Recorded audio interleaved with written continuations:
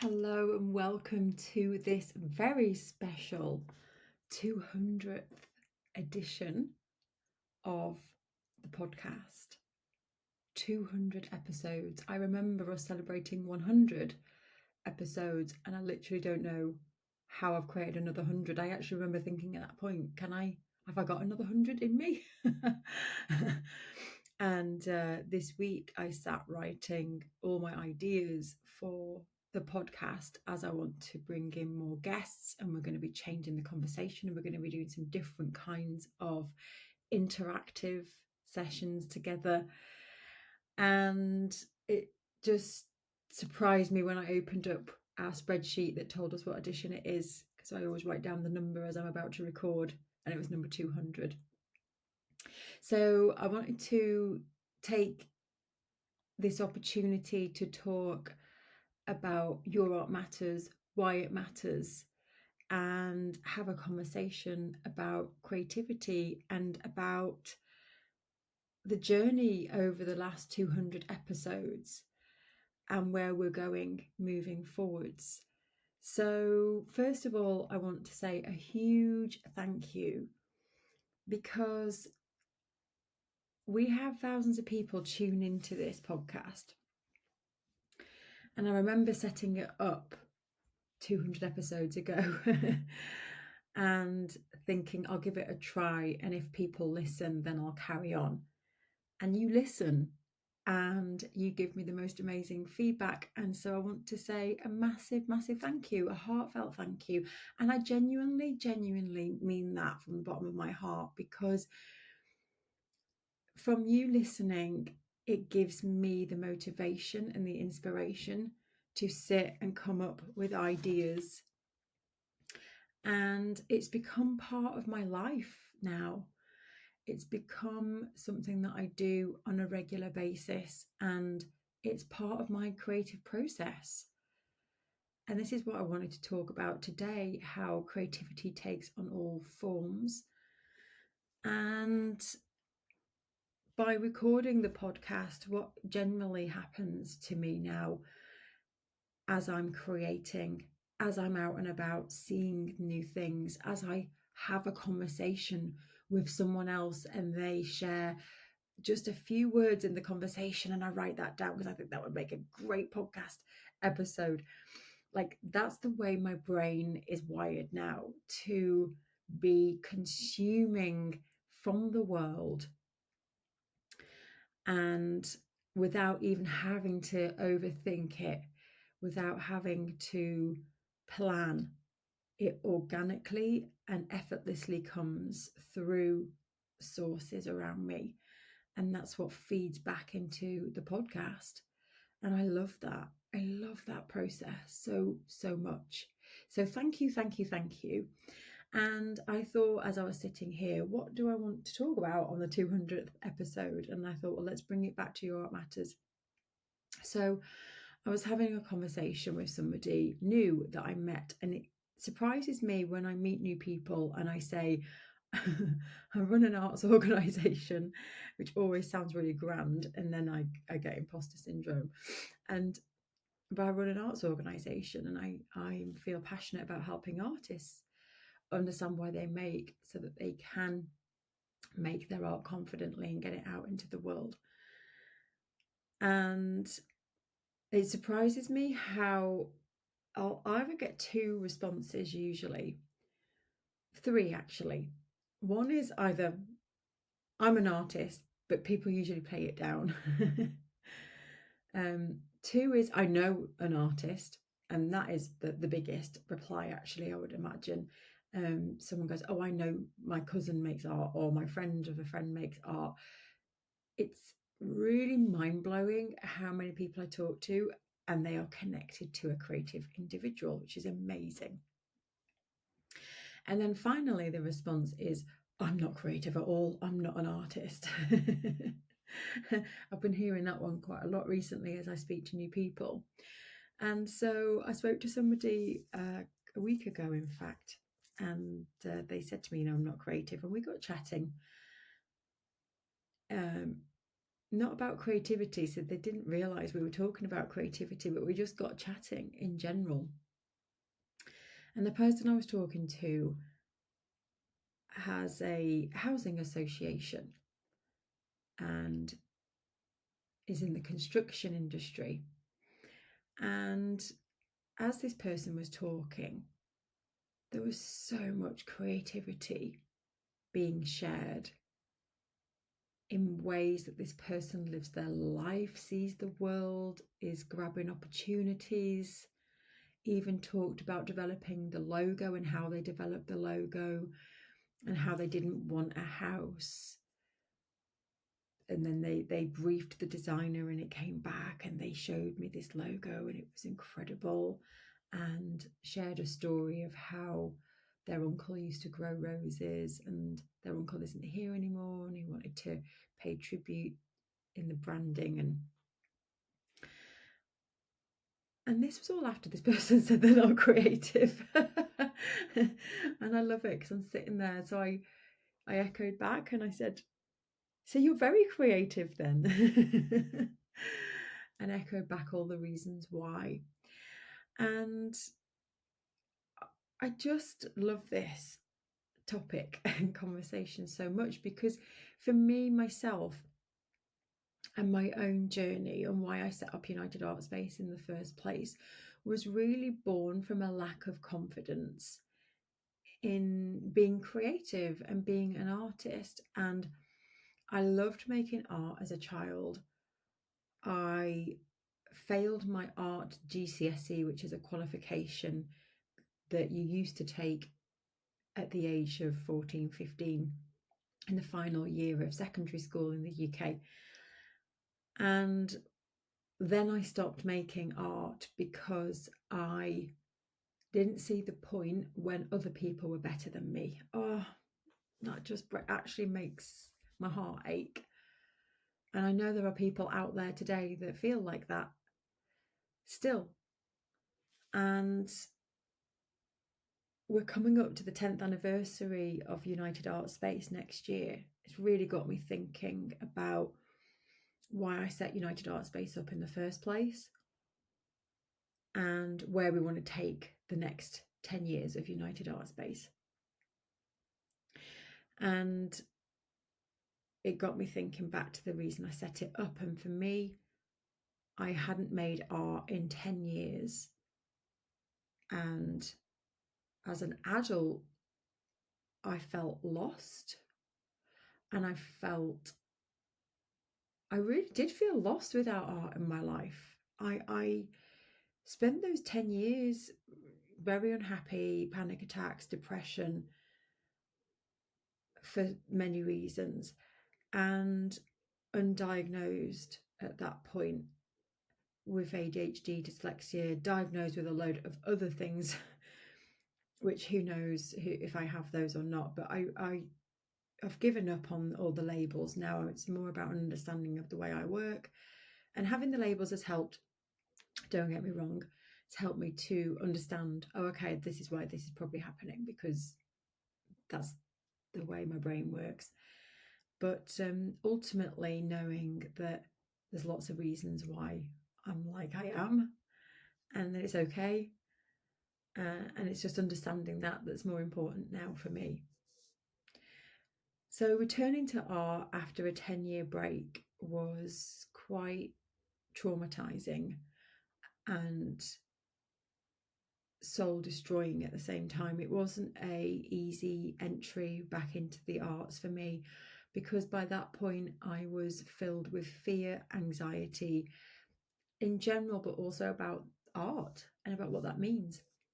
Returning back to an art form after you have been told that you're not good enough for art, you'll never be an artist, and being graded to which obviously the grade was a failure, was massively impactful on me. And it was something I didn't want to return back to. It was a pain that I didn't want to go back to. So for all those years, it was easier for me to avoid art because I didn't want to face that pain of rejection and being told that I wasn't good enough when I loved making art so much. It almost took the joy from making art away.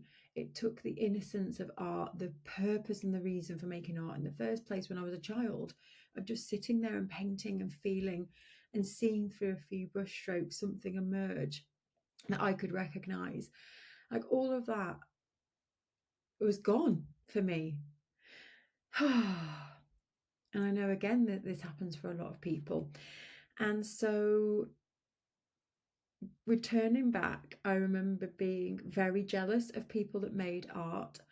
I had friends around me that were creative. I remember being envious of them. I remember being tricky and prickly. And I look back now and I realize it was because I was so afraid. So it was easier for me to kind of push away and go, oh, I don't want to make art, because that was easier to say than admit that I do want to make art, and I'm really terrified of going back there. And then the next 10 years became this joyful, amazing immersion in art. I realize now, looking back, that I'm a really big all or nothing person. So I'm not making art, then I'm making art. There was like, once I transitioned back into making art, it was full on lived and breathed art in every way, shape, and form. I did every single art course going. I did textiles, drawing, print. I was soaking it all up. I was doing night classes, weekend classes, which then ultimately led to me going to university and just doing art full time. I loved it. And that was then the next 10 years of my life. And I think those years were therapy. Well, I know they were therapy. I totally immersed myself and found myself. And I do say, and I write in my book, that art saved me. I was heading into a really, really awful place. I was already in an awful place. I wasn't heading, I was there. And then with the diagnosis of ADHD and dyslexia, I was all the symptoms were heightened. So art got me through those years. And then following on from that, that's when I set up United Art Space. And that's when it all changed for me.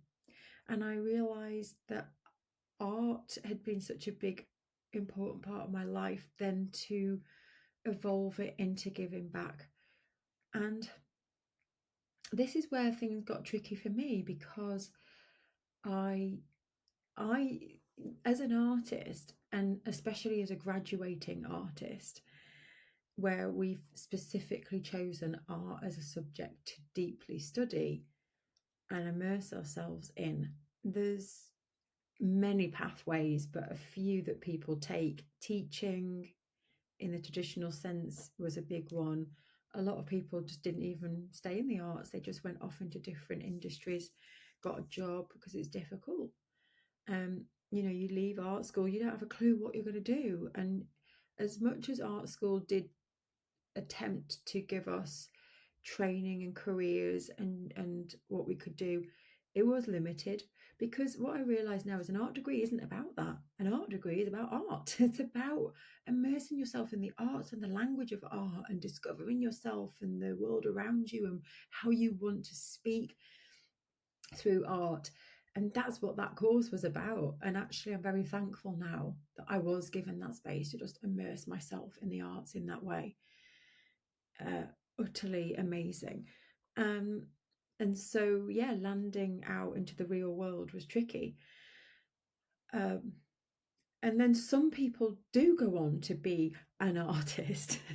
Very few from art school. Well, at the time, for me, I'm sad to say, and I do think in the UK it's a declining subject matter as well. But and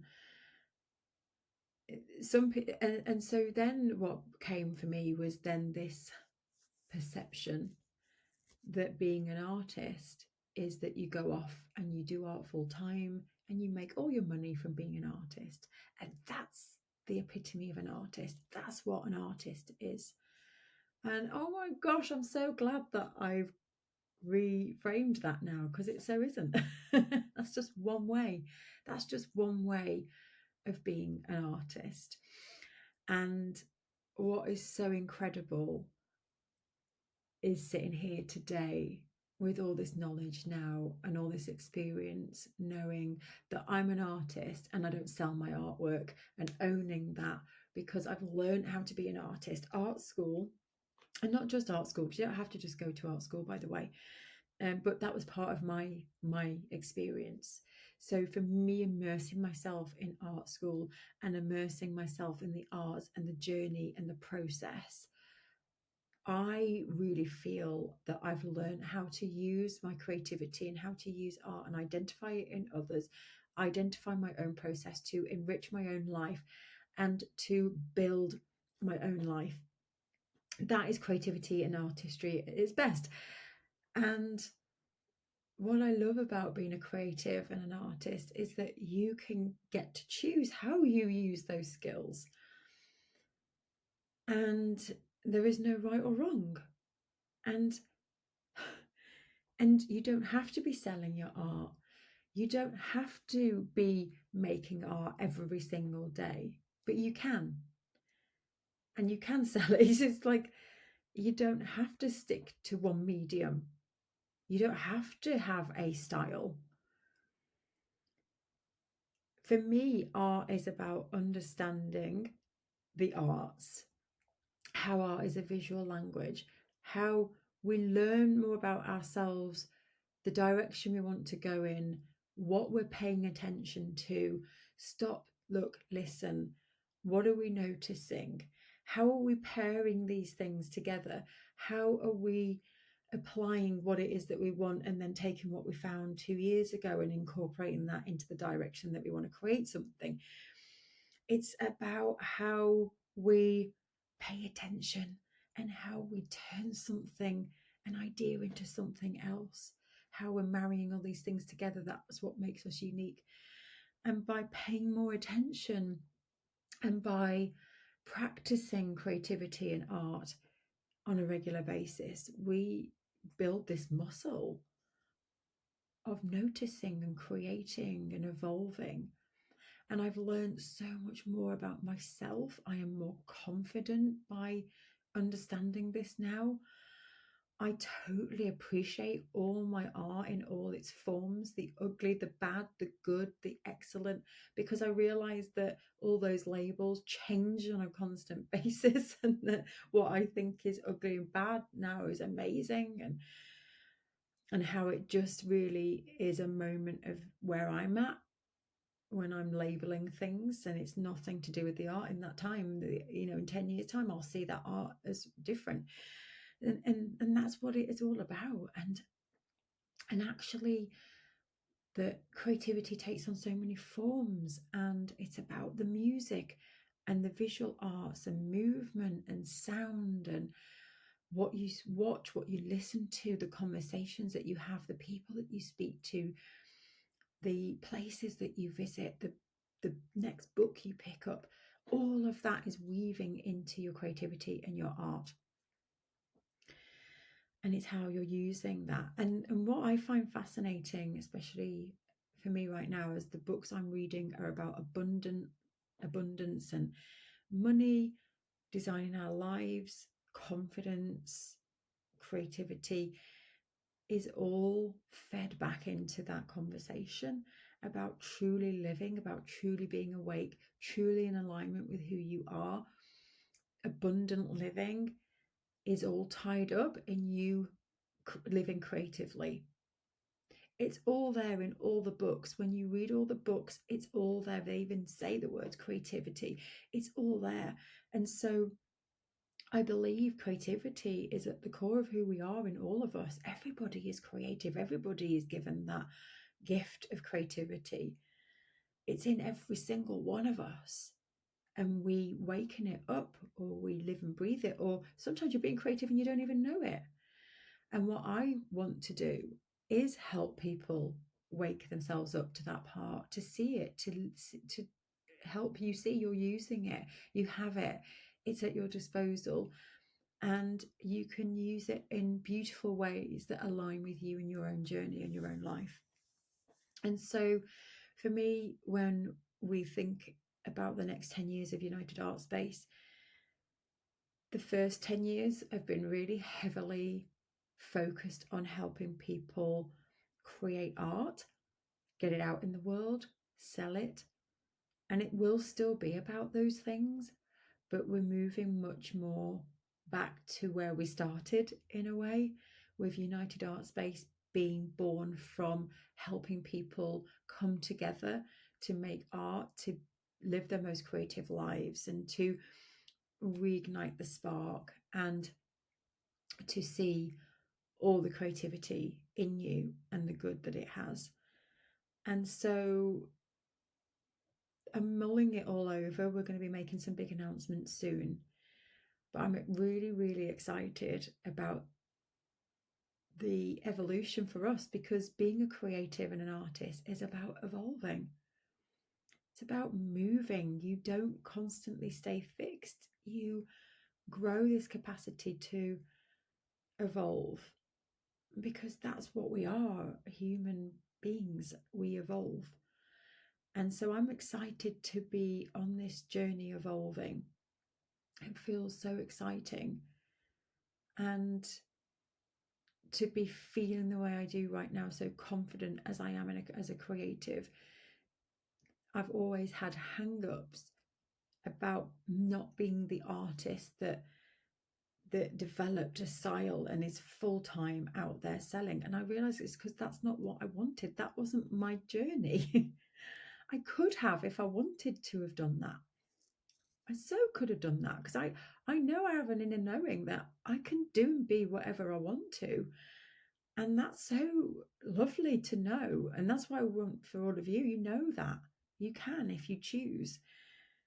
I'm not saying that you can just click your fingers and say, I want to be a selling artist tomorrow. Just like me getting to where I am today took me 10 years. It wasn't a case of me just wanting to set up United Art Space. And it took a lot of time and a lot of learning and a lot of understanding of myself and others. And it's made me a better person from being a creative and an artist. I'm less judgmental. I understand myself more than I ever have through my creativity. And so what I'd love for this episode is for you to stop, look, listen, and notice your own creative journey and how it's evolved over the years. And also notice, just even this week, how you have been creative. Maybe you stopped and took a photograph of something. Maybe you paired two things together and realized there's a connection. Maybe you stopped to watch the sunset. Maybe you stopped to stroke a pet or an animal, and you're in that moment and you really connected with the feeling of the fur, or those are moments of being connected to creativity. So take a moment to think about your own, because the more you bring awareness to it, it's incredible. You notice it's everywhere. And I really truly believe the more you notice it, it infuses your confidence.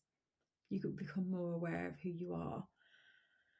And so we will be navigating these next 10 years with exciting, more interactive podcasts and conversation about how you really truly live the most creative life. We're going to be evolving our membership and taking everything to the next level. And I'm so happy that you're on this journey with us and with me. So thank you so much for tuning in. I'll be back next week, and I'm excited to share all the new plans with you. Take care, my friends, and I'll see you all soon. Bye-bye.